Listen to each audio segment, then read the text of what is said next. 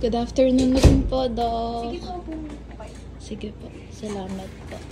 Ano pong concern nila? So, may concerns lang po ako kasi about the rumors that has been spreading out through Facebook, yung concerns about the teeth and how they can cause this and that. So, ang tanong ko lang po kasi is that, can cavities, gingivitis, and periodontitis cause heart problems po? Naku, mukhang tama nga yung nabasa mo sa Facebook na ang gingivitis, periodontitis at ang tooth decay ay pwedeng makapag-cause ng heart problem. Kasi yung gingivitis, periodontitis, mga pamamagayan.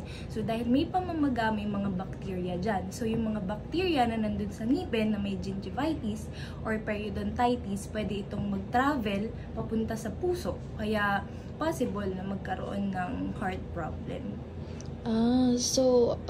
Is there anything I can do to prevent those from happening to me and people around me? Oo naman, ang mahalaga talaga dyan ay bumibisita lagi sa dentista. Kaya dapat laging bumibisita, lalo na dito sa Bartolo Dental Wellness Clinic.